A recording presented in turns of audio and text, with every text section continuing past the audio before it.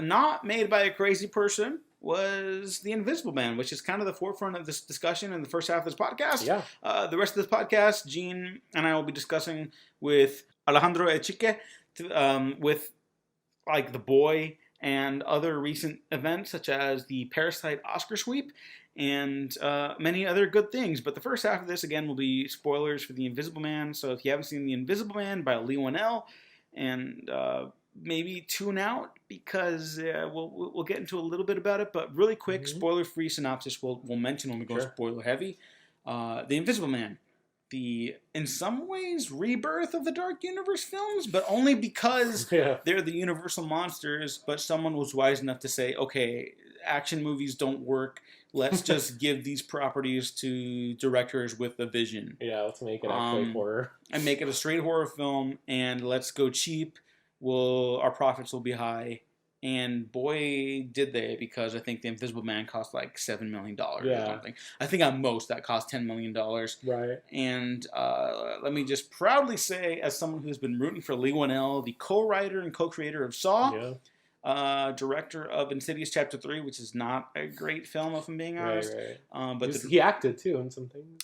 He also acted in the original Saw. He's the dude who does not cut off his leg, I believe, in the original Saw. Okay. The original Saw still holds up, by the way. Yeah.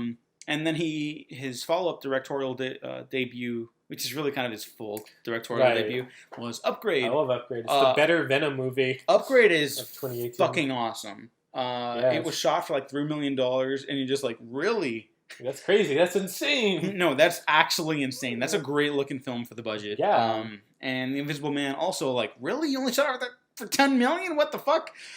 Gene, I hope my voice and cadence didn't give it away, but what did you think about Invisible Man? I thought it was really superb. When I heard the news that it was going to be by Blumhouse and everything, I got really excited because, man, the Dark Universe, what a fucking stinker. You didn't like The Mummy? No. Starring Tom Cruise? I could never finish The Mummy. Like, I've started and stopped It's The just Mummy so boring. It's fucking boring. And it's, not to get into the whole thing, but, like, it's very obvious that people were like, oh, yeah, it's Tom Cruise's fault. And, you're like, you see the other stuff he produces, and it's, like, these all-timer action films, and it's like, well, no, it's very clear that it was not his fault. So try that again, people.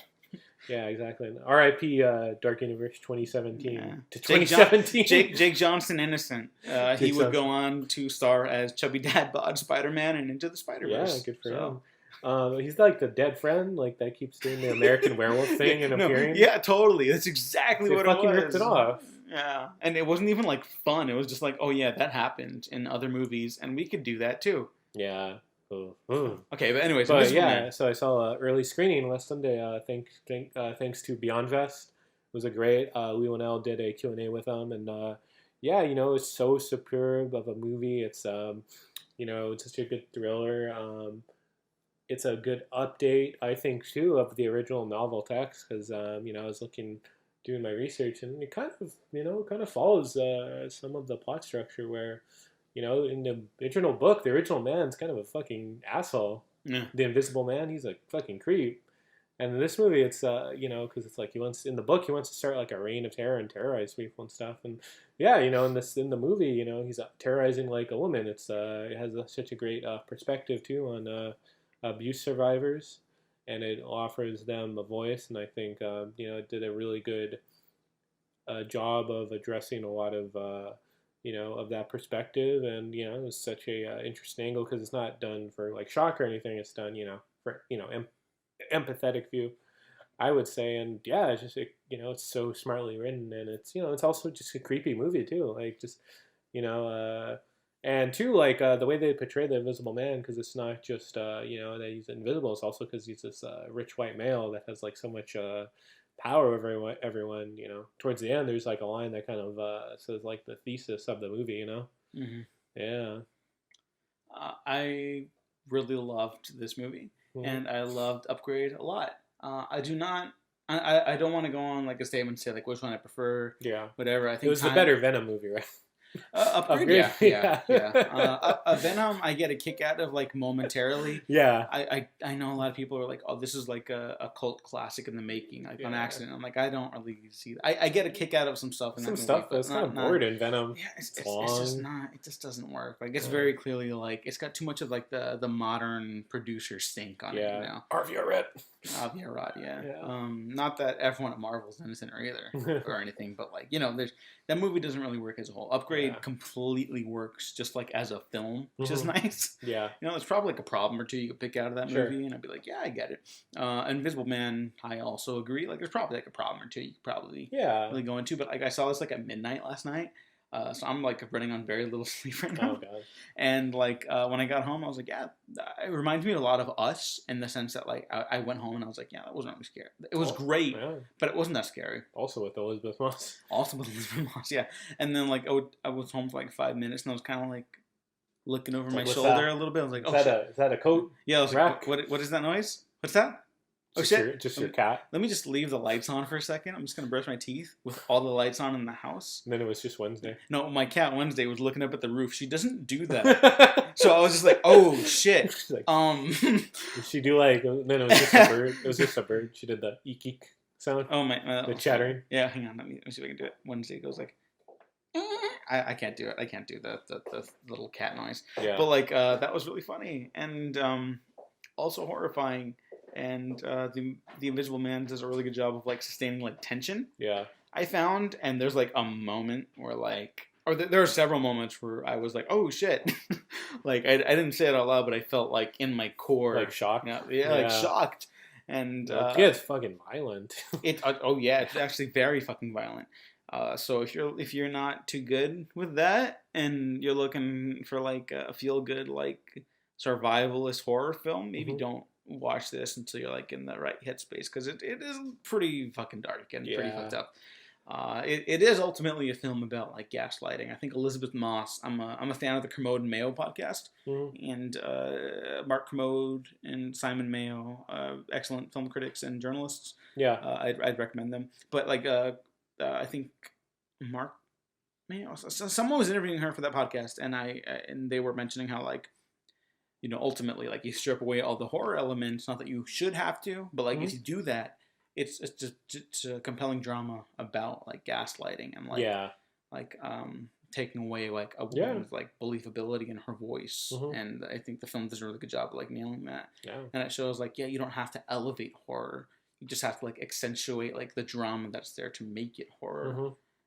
And Invisible Man does a really good job of that, and it'll fucking stick with you. Yeah, exactly. And I'm really glad that it is that the Dark Universe is dead because like this film, like it's better. At the back of my mind, part of me, and this sucks, but like I have to admit, this part of me is like, well, how do you even like expand this in some way? Well, you should not have to. Well, I was gonna say at the Q&A when someone asked Leonel. Because I was with a friend at the show, Andrew Salazar. He might have tweeted about this, but someone asked him at the Q&A, like, "Oh, is it part of the Dark Universe?" And he was like, "No."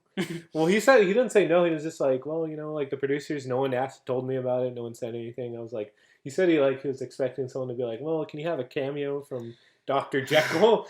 And no one was there was none of that. So that's so as far as great. like we know, it's its own this thing. This is it? Yeah, it's its own thing. That's so fucking great. I think Elizabeth Banks is doing a film called The Invisible Woman. And I think they're approaching the universe stuff right because they were like, "What do you want to do?" And she was like, "Well, I like that story." And as far as I know, like maybe we watch the movie and like we totally get a different response, but like as far as I know, she is also in the same position where it's like, "What did you want to do?" "I want to do this." "Okay." There you go. How does it connect? Doesn't matter. It's a movie. It's just telling a story for a character. Not everything needs to be in a cinematic universe. Yep, and I just what a great way for this to turn out. Like clearly a director with like a vision and a purpose, and also like you tried the shared universe Marvel stuff and it didn't work out. It's like landed flat on their face. Also, I've seen a lot of takes of this lately, and I just want to support it. That if you were going to do a shared universe like Ultimate Monster Mash Monster Universal Universe. Should have followed up The Mummy, 1999, with Brendan Fraser and Rachel Weisz as Rick O'Connell That was a And, great, yeah, except the third one. But and no, both sequels I'm not a fan of. Let me just say that. The Mummy, the original. Here's what you do. Here's my pitch before we wrap up on Okay. this Invisible Man stuff. Here's my pitch. The first film, straight at the Mummy, perfect 4 out of 5 star. You're in, you're out. Action adventure film with great characters, a lot of swashbuckling adventure nonsense, total fun, blast of a film.